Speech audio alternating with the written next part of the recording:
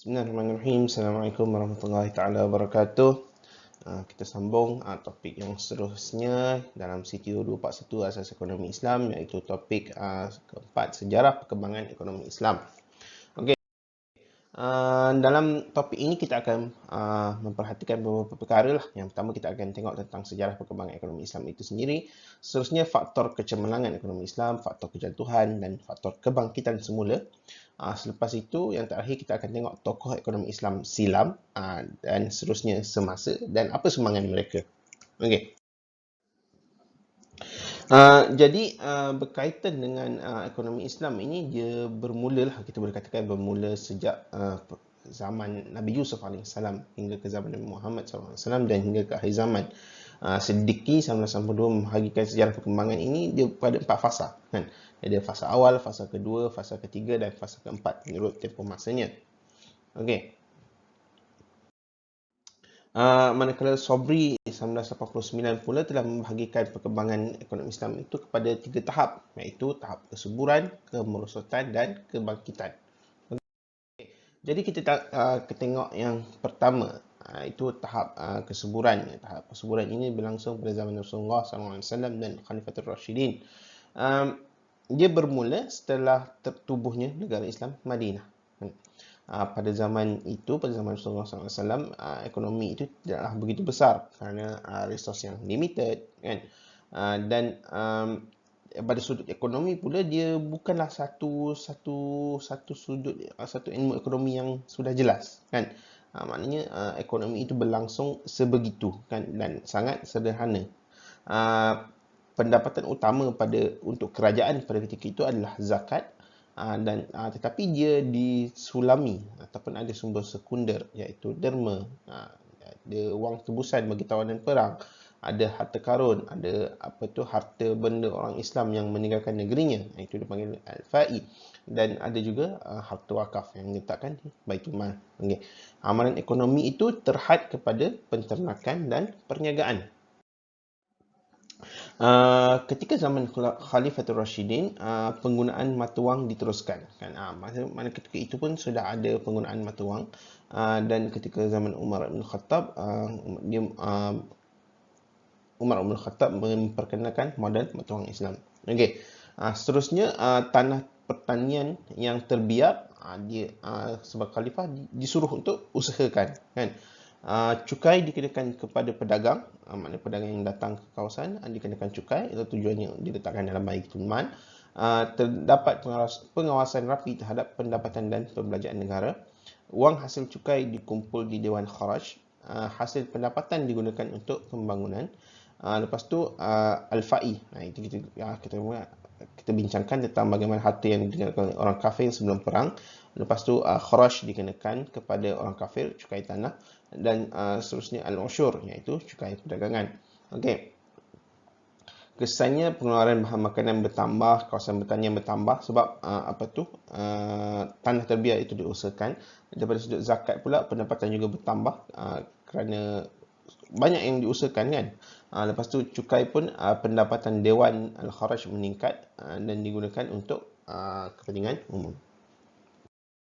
Seterusnya, pada zaman Bani Umayyah, pada ketika itu Khalifah Muawiyah memulakan amalan memberi gaji tetap kepada para tentera, mencetak mata wang, mengawal angkatan tentera dan menjadikan jawatan qadi, iaitu hakim, sebagai satu jawatan profesional.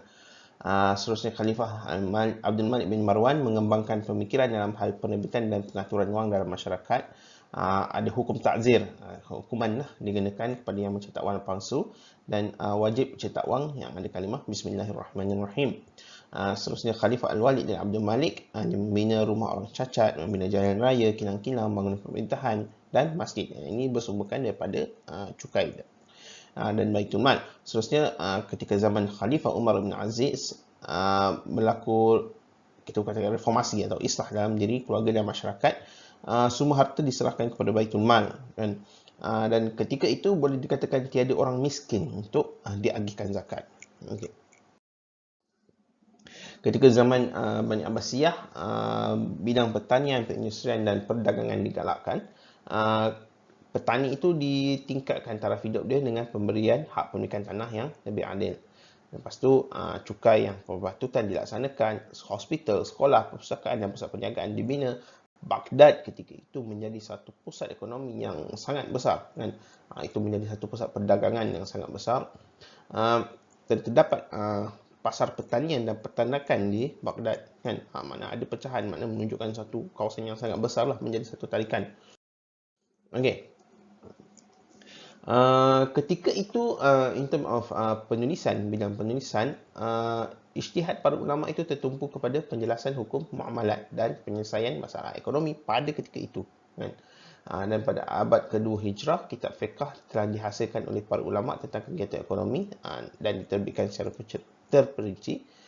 Kitab ini membahaskanlah isu riba, monopoli, harga, syarikat, sistem pasaran dan masalah ekonomi semasa. Pemikiran ulama ketika itu adalah berlandaskan dalil Al-Quran dan Sunnah, namun hasil kajian mereka ini bertaburan. Dia tidak disatukan dalam satu disiplin yang khusus, kan? Dia masuk dalam kitab fiqh. Okey. Antara kitab karya fiqh yang membicarakan persoalan umum tentang ekonomi Islam, iaitu contohnya Mudawanah Al-Kubra oleh Imam Malik, Bidayatul Mujtahid oleh Ibn Rushd, Ahkamul Quran oleh Imam Abu Bakar Al-Jassus, dan Al-Imam Syafi'i, kan? Dan selepas itu terdapat pelbagai lagi lah penulisan yang berkaitan dengan ekonomi. Tentang faktor lahirnya pemikiran ekonomi Islam ini, Al-Quran dan Sunnah itu menjadi asas perbahasan ulama yang berkaitan dengan isu ekonomi. Okey. Ilmu pengetahuan itu berkembang di zaman awal. Ini mempengaruhi ramai penulis Islam. Perkembangan aspek sosioekonomi masyarakat Islam mempengaruhi cara ulama menulis tentang isu-isu ekonomi. Dan ketika itu ulama di zaman awal Islam itu berijtihad lah. Mereka bersungguh berijtihad dalam mencari penyelesaian. Okey. Namun selepas kesuburan ini berlakulah kemunduran, kan? Dan kemunduran ini kita boleh katakan bermula pada abad ke-4 Hijrah ataupun 12 Masihi. Ketika itu berlakunya perpecahan dalam kalangan umat Islam dan negara Islam. Dan ketika itu dikatakan ulama ketika itu telah menutup pintu ijtihad, kan? Pintu ijtihad telah tertutup, kan? Dan mengamalkan sikap taklid. Sebab apa dia cakap semua isu-isu telah diselesaikan terlebih dahulu, kan? Jadi tak perlulah kita mencari lagi solusinya. Kita tengok aja kitab-kitab yang terdahulu, kan? Daripada sudut pemerintah dan masyarakat awam pula terlibat dengan fitnah munafik serta pemusuhan. Okey. Dan ketika itu juga empayar Islam itu berpecah kepada banyak negara. Kuasa luar itu mula menjatuhkan tampuk pemerintahan Islam, berlaku penyebaran pemikiran barat, sekularisme dan kekurangan pengetahuan dalam melakukan penyelidikan.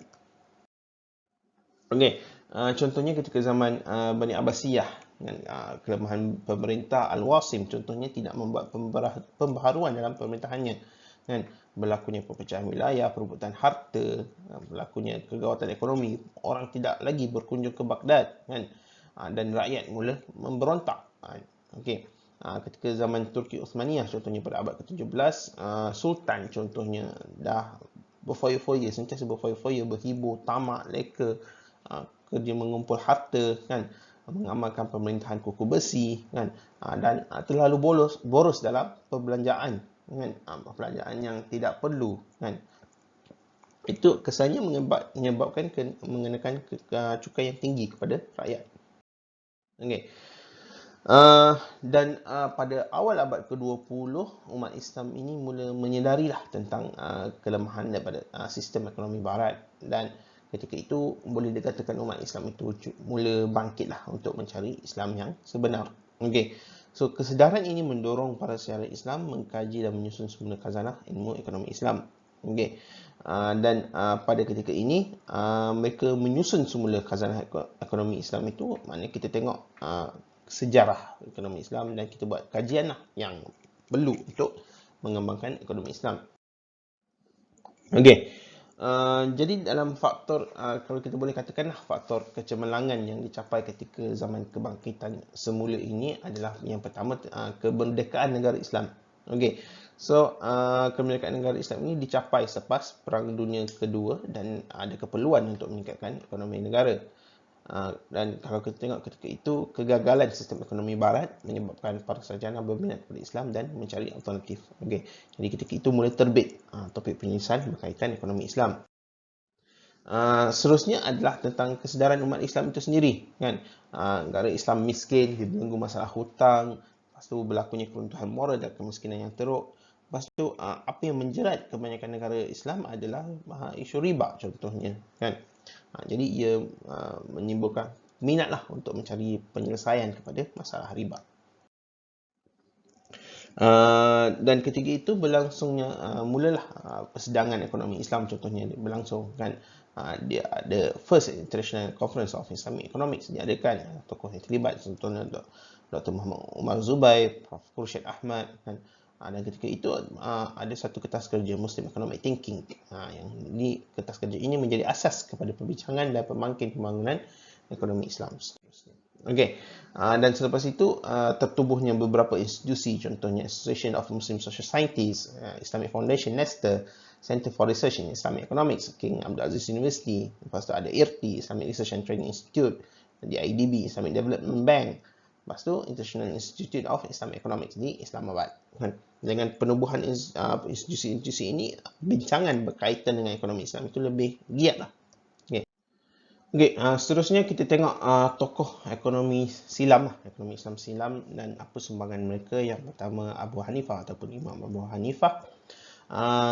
Beliau dilahirkan di Kufah, berketurunan Parsi, merupakan pelopor mazhab Hanafi, dan Imam Abu Hanifah ini memperincikan kontrak baik salam, kan? Dan beliau juga memperincikan konsep mudharabah. Okey. Seterusnya Abu Yusuf. Abu Yusuf ini dilahirkan di Kufah, berbangsa Arab, merupakan qadi qudat, hakim agung semasa pemerintahan Khalifah Harun al-Rashid. Okey, Abu Yusuf ini anak didik kepada Imam Abu Hanifah. Beliau menekankan tanggungjawab pemerintah dalam pembangunan ekonomi dan menulis Kitabul Kharash atas pemerintahan Khalifah Harun al-Rashid. Seterusnya Al-Ghazali, Imam Al-Ghazali berasal dari Tus, wilayah Khurasan, Persia atau sekarang Iran. Digelar Hujjatul Islam kerana ilmu yang hebat. Ada banyaklah kitab-kitab yang ditulis oleh Imam Al-Ghazali, contohnya Usulul Fiqh, Mustafa, Mizanul Amal. Dan Imam Al-Ghazali ini membahaskan teori wang secara terperinci. Beliau mengeluarkan larangan terhadap money hoarding ataupun simpanan wang lah, mana kita kumpul wang, kan. Dan mencadangkan penggunaan dinar dalam menstabilkan mata wang. Seterusnya Ibn Khaldun. Ibn Khaldun ini tinggal di kota Sevilla, Sepanyol, ketika zaman pemerintahan Islam Andalusia. So Ibn Khaldun ini pakar dalam sejarah, sosiologi dan ekonomi. Beliau menjawat jawatan sebagai setiausaha khas bahagian surat menyurat kerajaan dan hakim. Antara kitab utama yang ditulis oleh Ibn Khaldun adalah kitab Muqaddimah. Ini satu antara kitab yang besarlah dalam bidang sosiologi, dan dia turut dirujuk oleh Barat, kan. Dalam kitab ini membincangkan tentang nilai, pembahagian buruh, sistem harga, dasar permintaan antaranya lah, kan. Dan antara pemikiran beliau adalah pembahagian buruh, atau kita panggil separation of labours, kan. Lepas tu perdagangan antarabangsa, international trade, dan juga kewangan awam, public finance. Okey, so sebagai contoh dalam division of labour, contohnya setiap individu itu sukar untuk menyediakan keperluan sendiri kerana terdapat pelbagai perkhidmatan. Jadi buruh itu dibahagi-bahagikan supaya semua perkhidmatan dapat ditawarkan dan hasilnya jumlah pengeluaran akan meningkat melebihi jumlah penggunaan yang diperlukan, kan. Okey. Seterusnya adalah tentang perdagangan antarabangsa, international trade. So negara yang mempunyai lebihan pengeluaran boleh mengadakan hubungan perdagangan antarabangsa, kan. Jadi yang menentukan adalah penduduk.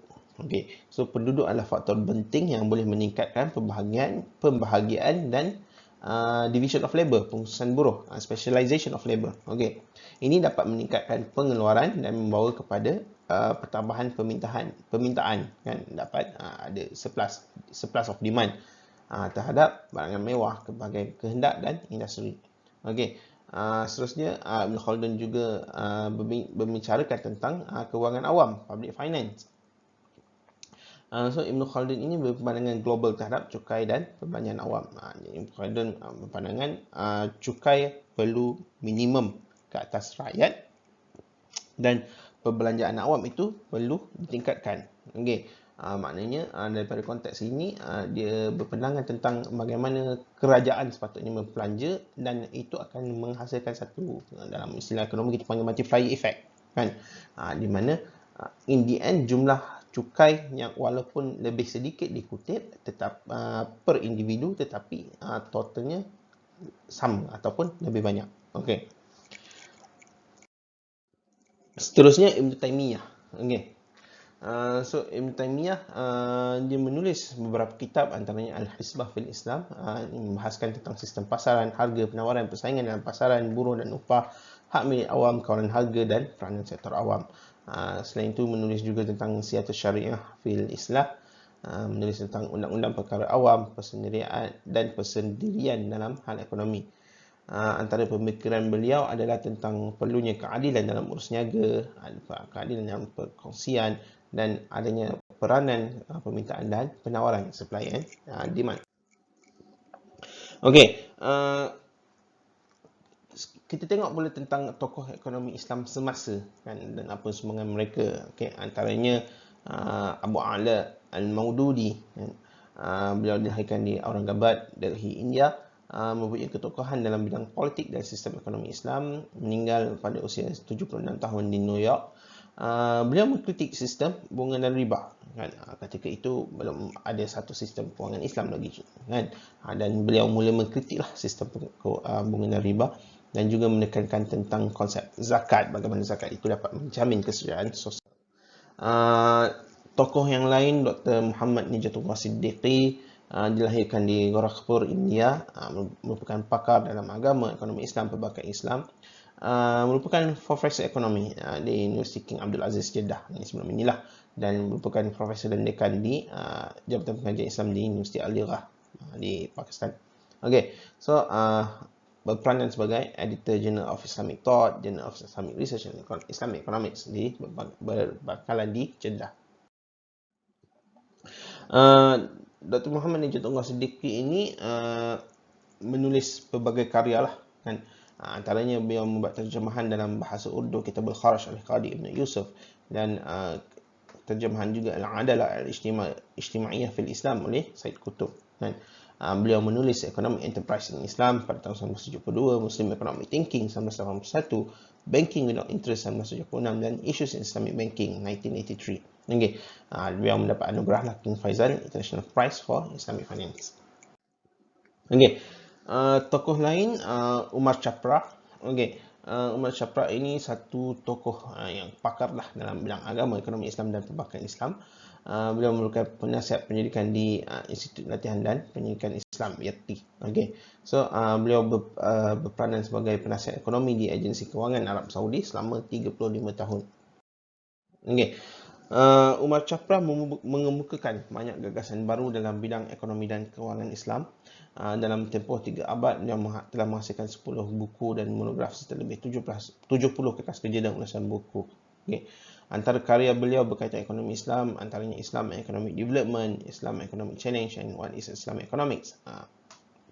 Dan Chapra juga banyak mengkritik tentang kita nak kritik lah untuk penambahbaikan dalam pelaksanaan sistem Islamic Finance contohnya. Tokoh lain, Munzir Kahaf, ini satu lagi nama yang selalu dirujuk dalam penulisan semasa berkaitan ekonomi Islam. Merupakan ketua Head of Economics di Group Association of Muslim Social Scientists, dan dia merupakan satu pakar lah di IRTI, Islamic Research Training Institute, di Islamic Development Bank, IDB. Beliau menghasilkan kajian analisis fungsi IFI, Islamic Financial Institution. Okay. Kesimpulannya, sistem ekonomi ini membawa kepada perkembangan Islam di samping membantu ekonomi Islam. Kita boleh rumuskan terdapat 3 peringkat perkembangan ekonomi Islam itu, dan ini dapat sedikit sebanyak memberi semangat dan iktibar kepada masyarakat betapa susahnya untuk membangunkan dan menyelesaikan suatu permasalahan. Okey, dan lahirnya tokoh-tokoh ekonomi Islam berkatakan silam dan kini itu banyak memberi sumbangan di mana sumbangan itu membantu dan diaplikasikan sampai sekarang untuk memajukan ekonomi Islam. Okey, jadi cukup setakat itu. Kita akan sambung dalam topik seterusnya insya-Allah. Assalamualaikum warahmatullahi taala wabarakatuh.